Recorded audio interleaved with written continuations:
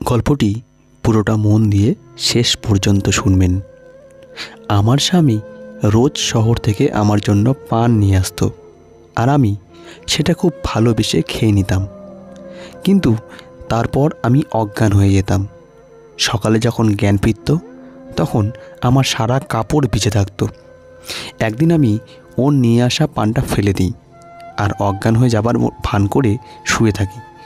তারপর আমার স্বামী আমার সাথে যা করে সেটা শুনলে আপনার গায়ের লোম খাড়া হয়ে যাবে। কারণ বিয়ের প্রথম রাতে আমি লাল রঙের নাইটি পরে স্বামীর ঘরে যাই, যাতে আমার স্বামী আমার দিক থেকে চোখ ফেরাতে না পারে। আমি একটা গ্রামের মেয়ে। এই নাইটিটা আমাকে আমার এক বন্ধু দিয়েছে, যার শহরে বিয়ে হয়েছে। সে আমাকে স্বামীকে হাতে রাখার অনেক রকম কৌশল বলেছে।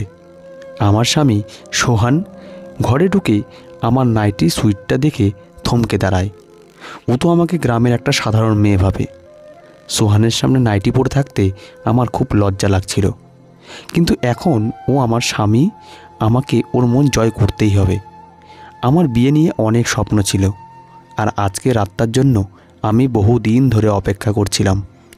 যখন ঘনিষ্ঠ হবার সময় এগিয়ে আসছিল, আমার বুক ধরপড় করতে লাগলো। সোহান আমার কাছে আসে আর আমার হাতটা ধরে বলে, তোমাকে খুব সুন্দর দেখতে। ওর এই একটা কথা আমার জীবনটা আরও রঙিন করে দেয়। সোহান তার পকেটের ভেতরে হাত দেয়। আমি ভাবলাম ও হয়তো আমাকে বিয়ের প্রথম রাতে কোনো উপহার দেবে, কিন্তু ও যখন পকেট থেকে হাত বার করলো, আমি অবাক হলাম। আমি দেখলাম ওর হাতে একটা পানের কৌটো। সোহান সেই কৌটোটা খোলে আর বলে, আজ বিয়ের প্রথম রাতে আমি নিজের হাতে তোমাকে মিষ্টি পান খাওয়াবো। সোহানের কথা শুনে আমার মুখে হাসি ফুটে ওঠে। ও বলে যে ও শুধু আমার জন্য শহর থেকেই পান বানিয়ে নিয়ে এসেছে। ও ভালোবেসে ওই পানটা আমাকে খাওয়ায়, আর আমিও খুশি হয়ে খেয়ে নিই। পানটা খুব মিষ্টি ছিল। সোহান আমার চোখে চোখ রেখে ভালোবাসার কথা বলতে থাকে, আর আমি নিজেও জানি না আমি কখন ঘুমিয়ে পড়ি। কিছুক্ষণ পর আমি জ্ঞান হারিয়ে ফেলি। সকালে যখন আমার ঘুম ভাঙে তখন ঘড়িতে 11টা বাজছিল। আমার জামাটা পুরো ভিজে গেছিল।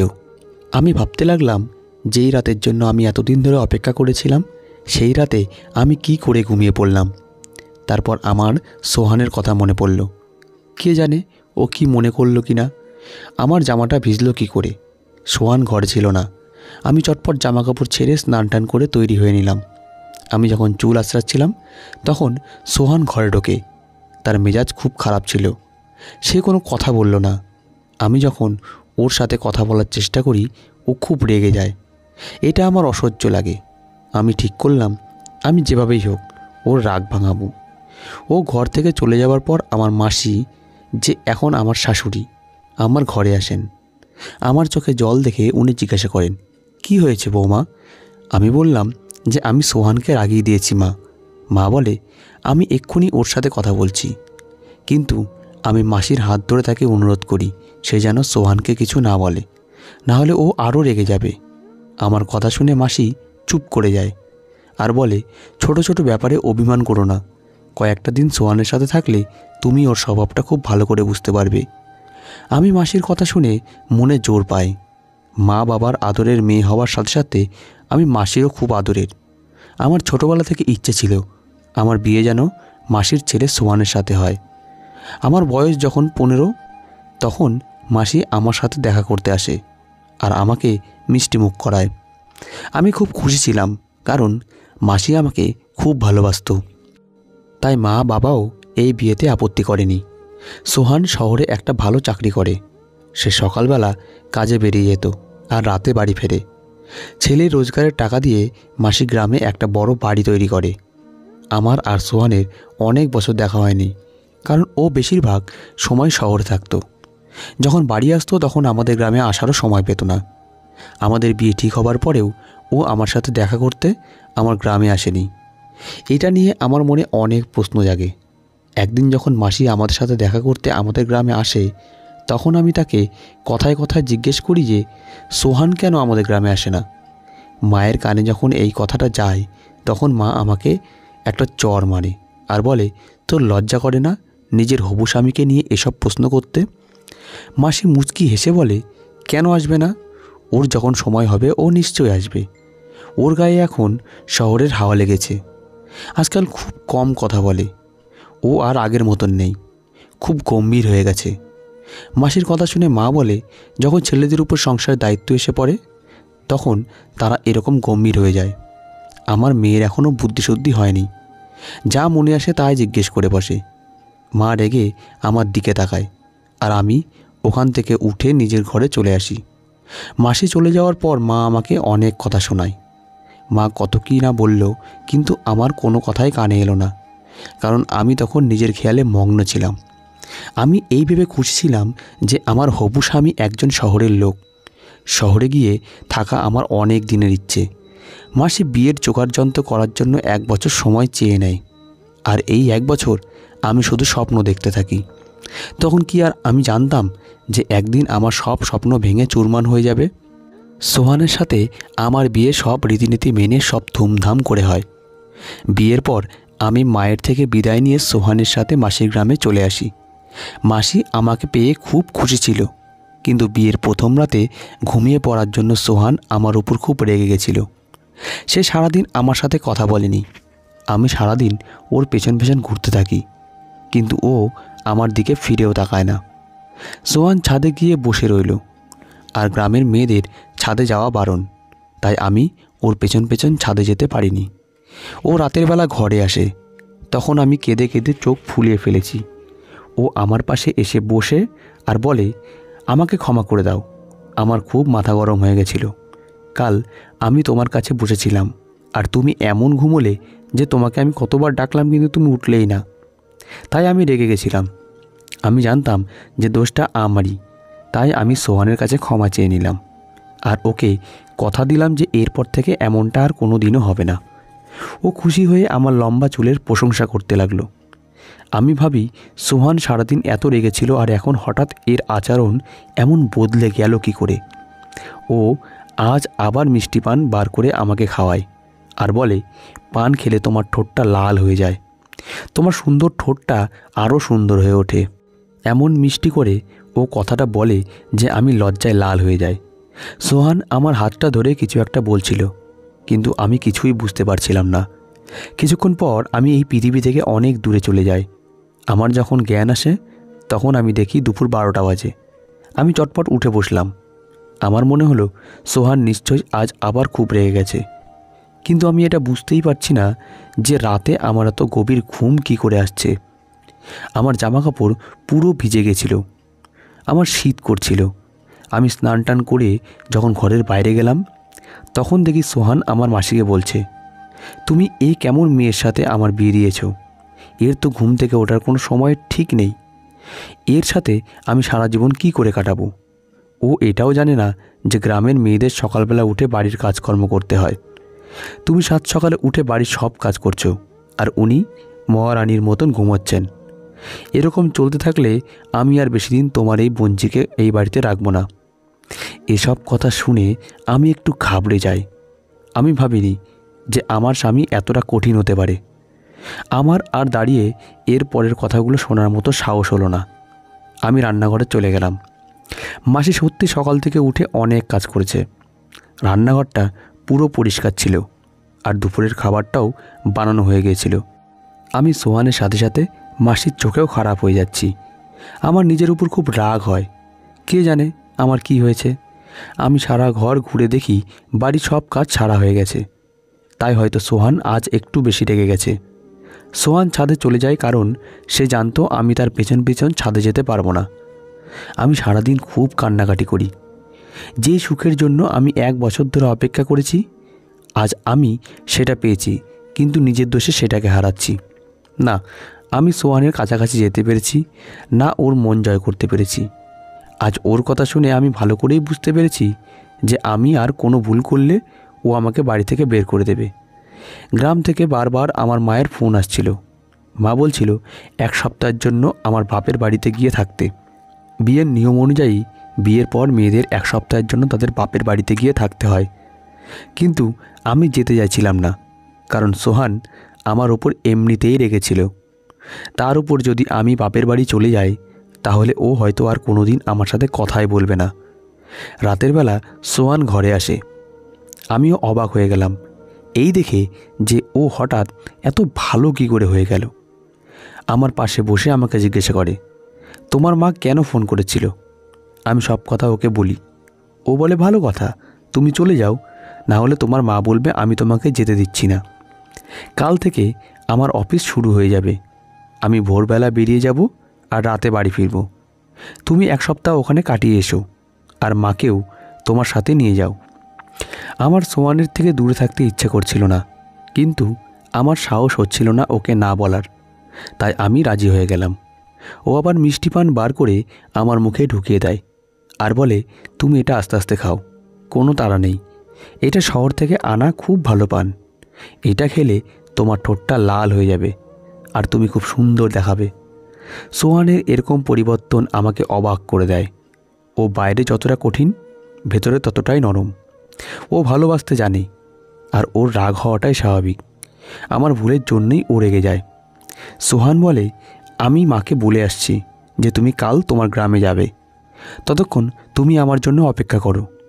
সোহানের কথা শুনে আমি মুচকি হাসলাম। মনে মনে ঠিক করলাম, আজ আমি কিছুতেই ঘুমাবো না, এখানে বসে ওর জন্য অপেক্ষা করব। মায়ের কাছে যাওয়ার আগে আমি আমাদের মধ্যে সব দূরত্ব মিটিয়ে নিতে চাই। আমি তাড়াতাড়ি আমার নাইটিটা পরে নিলাম।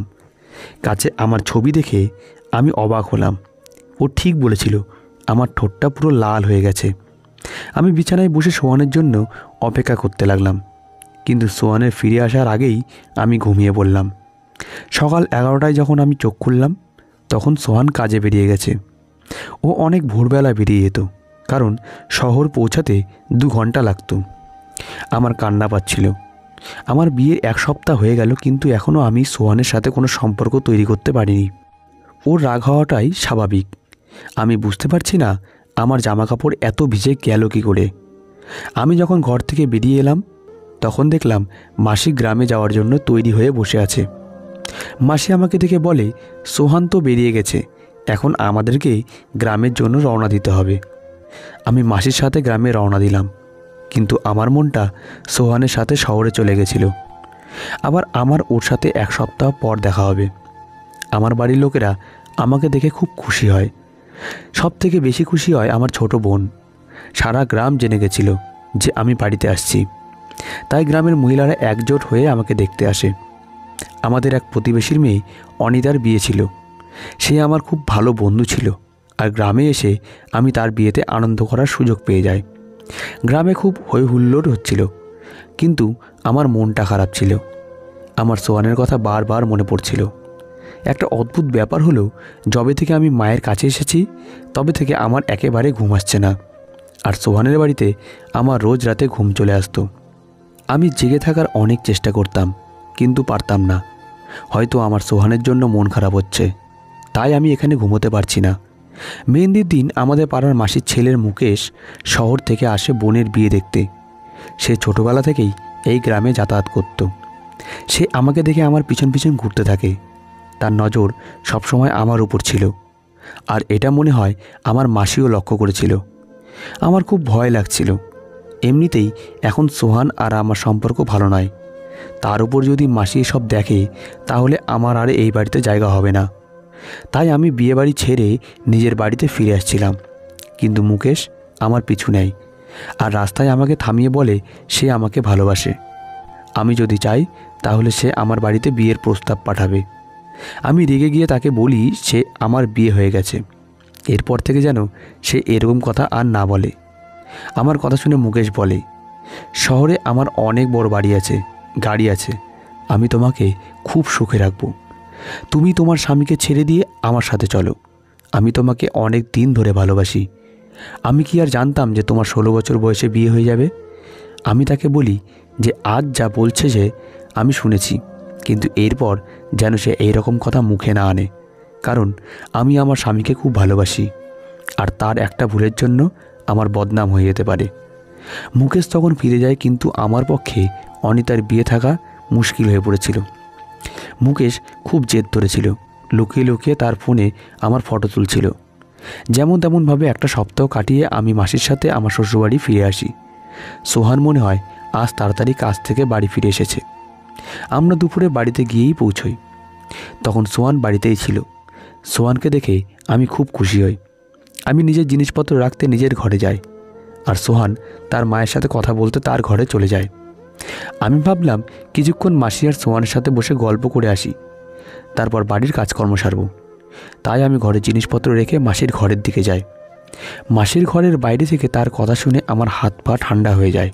আমি ভাবতেও পারিনি যে আমার ঘর ভাঙার লোক আর কেউ নয়, আমার নিজের মাসি। মাসি সোহানকে বলছিল, আমি তোকে বলে গেছিলাম যে আমি ফিরে আসার আগে ডিভোর্সের কাগজপত্র তৈরি করে রাখতে, কিন্তু তোর কোনো খেয়াল নেই। আমি নিজের চোখে দেখেছি তোর বউ কত ভুল কাজ করে, কিন্তু তুই দেখেও না দেখার ভান করিস। সোহান বলে, মা, আমার পক্ষে ওকে ছেড়ে দেওয়া সম্ভব নয়। ও আমার স্ত্রী, আমি ওকে ভালোবাসি। ও হাজারটা ভুল করলেও আমি ওকে আমার জীবন থেকে মুছে ফেলতে পারবো না। সোহান আমাকে ভালোবাসার কথা বলতে থাকে, আর মাসি আমার নিন্দা করতে ব্যস্ত হয়ে পড়ে। আমি বুঝতে পারছিলাম না এসব কি হচ্ছে। মাসি আমাকে কত ভালোবাসে, এই বাড়ির বউ করে এনেছে, সে কেন আমার ডিভোর্স করাতে চাইবে?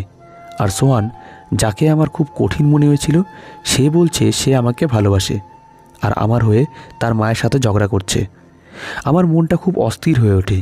রাতে যখন সোহান আমার ঘরে আসে, তখন আমার পান খেতে একদম ইচ্ছে করছিল না। আমি পানটা ওর হাত থেকে নিয়ে নিলাম। যখন মাসি ওকে কিছু কাজের জন্য ডাকে, তখন ও ঘরের বাইরে বেরিয়ে যায়। আমি পানটা একটা কোণায় লুকিয়ে ফেলি। আমার তখনও ঘুম পায়নি, তাই আমি চুপ করে চোখ বন্ধ করে শুয়ে পড়ি। যখন সোহান ঘরে আসে, তখন আমি যা সব দেখলাম তা আমার কাছে অবিশ্বাস্য। সোহান একটা পুরো কলসির জল আমার গায়ে ঢেলে দেয়, কিন্তু আমি চোখ খুললাম না। আজ আমি পুরো ব্যাপারটা বুঝতে চাই।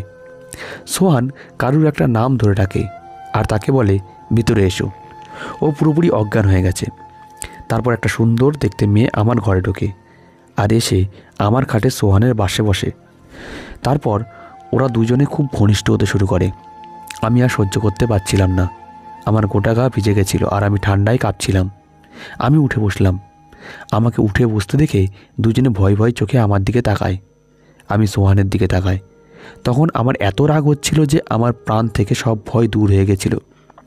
আমি সোহানকে বলি, আমাকে সত্যি কথা বলো, এই মেয়েটাকে আর পানে কি এমন মেশানো থাকতো যার জন্য আমি অজ্ঞান হয়ে যেতাম? তুমি কেন করলে এটা আমার সাথে? আমাকে কেন ঠকালে? আমি একের পর এক প্রশ্ন করতে থাকি। আমার মাথার মধ্যে দিয়ে একটা ঝড় বয়ে যায়। সোহান মাথা নিচু করে বলে, এই মেয়েটা আমার স্ত্রী। তোমাকে বিয়ে করা 2 দিন আগে আমি ওকে বিয়ে করে এই গ্রামে নিয়ে এসেছি। আমি কখনো তোমাকে বিয়ে করতে চাইনি, কিন্তু আমার মা জোর করে তোমার সাথে আমার বিয়ে ঠিক করে। কথাটা শুনে আমার মাথায় আকাশ ভেঙে পড়ে। সোহান বলে, তোমার সাথে বিয়ে আটকাতে আমি 2 দিন আগে সীমাকে বিয়ে করে আনি, যাতে মা বাধ্য হয় তোমার সাথে আমার বিয়ে ভেঙে দিতে। কিন্তু মা আমার কথা শোনে না। মা আমার উপর চাপ দেয় আর বলে সীমাকে ডিভোর্স দিয়ে দিতে। সোহান সীমাকে ছাদের ঘরে রেখে দেয়, কারণ সে জানতো গ্রামের মেয়েরা ছাদে যায় না। তাই সে জানতো আমি কখনো ছাদে যাব না। ও ইচ্ছে করে পানে ঘুমের ওষুধ মিশিয়ে দিত, যাতে আমি ঘুমিয়ে পড়ি আর ও আরামেই ঘরের সীমার সাথে সময় কাটাতে পারে। সীমা শহরে মডেলিং করত, তাই মায়ের মনে হতো ওর চরিত্র ভালো নয়। তাই মা বারবার আমাকে বলতো ওকে ডিভোর্স দিতে। কিন্তু সীমা আমার প্রথম আর শেষ ভালোবাসা। মা আমাকে হত্যা করার ভয় দেখিয়েছিল, তাই আমি তোমাকে বিয়ে করতে বাধ্য হয়েছিলাম। তখন আমি বুঝতে পেরেছিলাম যে সোহান সীমাকে ছাড়া থাকতে পারবে না। ও আমাকে সব সত্যি কথা বলে দেয়। সব শুনে আমার বলার মতন কিছুই ছিল না। আমি বুঝতে পারি যে সেদিন দুপুরে মাসি সোহান আর সীমার ডিভোর্সের কথা বলছিল, যার আমি অন্য মানে করেছিলাম। আমার এই অবস্থার জন্য সোহান একা দায়ী নয়, আমার মাসিও দায়ী। মাসি সব জানতো যে তার ছেলে অন্য কাউকে ভালোবাসে, আর তাকে সে বিয়েও করে ফেলেছে। তারপরেও সে জোর করে তার সাথে আমার বিয়ে দেয়। কিন্তু আমি এমন একটা লোকের সাথে সারা জীবন কাটাতে পারবো না যে অন্য কাউকে ভালোবাসে, আর যার জন্য সে আমাকে ঘুমের ওষুধ খাওয়াতে পিছু পাওয়ায় না। আমি আমার জিনিসপত্র গুছিয়ে নিলাম আর মাসিকে নমস্কার করে নিজের গ্রামের দিকে রওনা দিলাম। মাসি আমাকে অনেক আটকানোর চেষ্টা করে। মাসি বলে যে সোহান সীমাকে ছেড়ে দেবে আর পুরোপুরিভাবে তোর হয়ে যাবে। কিন্তু আমি এমন একটা মানুষের সাথে থাকতে পারবো না যে আমাকে ভালোবাসা দিতে পারবে না। আমি মা বাবাকে বলে সোহানের থেকে ডিভোর্স নিয়ে নিলাম। আমার মা বাবা আমাকে খুব ভালোবাসে। তারা কখনোই চায় না আমি এমন একটা লোকের সাথে সংসার করি। পাড়ার মাসির থেকে মুকেশ খবর পায় যে আমার বিয়ে ভেঙে গেছে। তাই সে বিয়ের প্রস্তাব নিয়ে তার বাড়ির লোকেদের আমাদের বাড়িতে পাঠায়। কিন্তু আমি তাদেরকে বলে দিই যে আমি এখন বিয়ে করতে চাই না, আমি এখন আরও পড়াশোনা করতে চাই আর নিজের পায়ে দাঁড়াতে চাই। সব বৈবাহিক সম্পর্ক যে সফল হবে তার কোনো মানে নেই, কিন্তু কারোর বিয়ে অসফল হওয়া মানে এই নয় যে সেই মানুষটাও অসফল হবে। আমার বিয়ে ভেঙে যাওয়ার পর আমি জীবনে সফলতা পাই, পড়াশোনা করে ভালো রেজাল্ট করি আর জেলায় আমার গ্রামের মুখ উজ্জ্বল করি। আমি আমার সমস্ত বোনেদের আর মেয়েদের বলছি, তারা যদি বৈবাহিক জীবনে সফলতা অর্জন করতে না পারে তাহলে সেটা ভুলে গিয়ে তাদের অন্য রাস্তা বেছে নেওয়া উচিত। এমন একটা রাস্তা বেছে নেওয়া উচিত যেখানে তারা সফলতা পাবে। তো বন্ধুরা, গল্পটি আজকে এই পর্যন্তই। গল্পটি কেমন লাগলো কমেন্ট করে জানাবেন প্লিজ। আর পরবর্তী গল্পের জন্য চ্যানেলটি সাবস্ক্রাইব করুন এবং পাশে থাকা বেল আইকনটি ক্লিক করে রাখুন। Thanks for watching.